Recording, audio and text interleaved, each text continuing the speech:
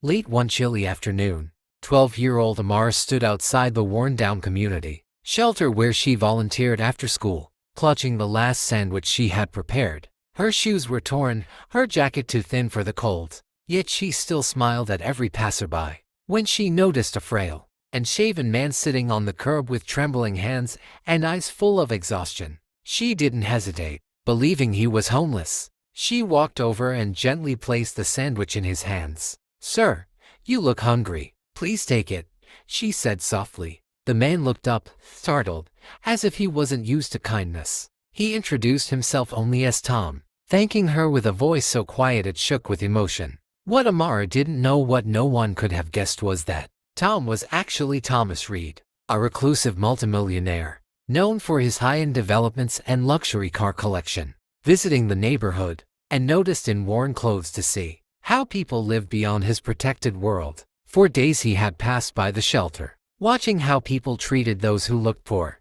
Many ignored him, others avoided eye contact. But Amara, a girl who had so little, offered him food without expecting anything in return. That single act of compassion lodged itself in his heart. The next morning, as volunteers bustled around filling food boxes, a sleek, deep blue Rolls-Royce Phantom rolled to a stop outside, drawing gasps from everyone. The door opened and out stepped the same man Amara had fed, only now clean-shaven, wearing a tailored coat, and surrounded by two assistants. Amara shrank back, thinking she had done something wrong. But Thomas walked straight toward her, knelt to her eye level, and said, "Yesterday, you gave me the only food you had. Today, I want to give you something that will change your life." He handed the shelter director a folder. Inside was a letter confirming a full scholarship for Amara through high school and college, along with funding to rebuild the entire shelter. Thomas then held out a small wrapped box. With trembling fingers,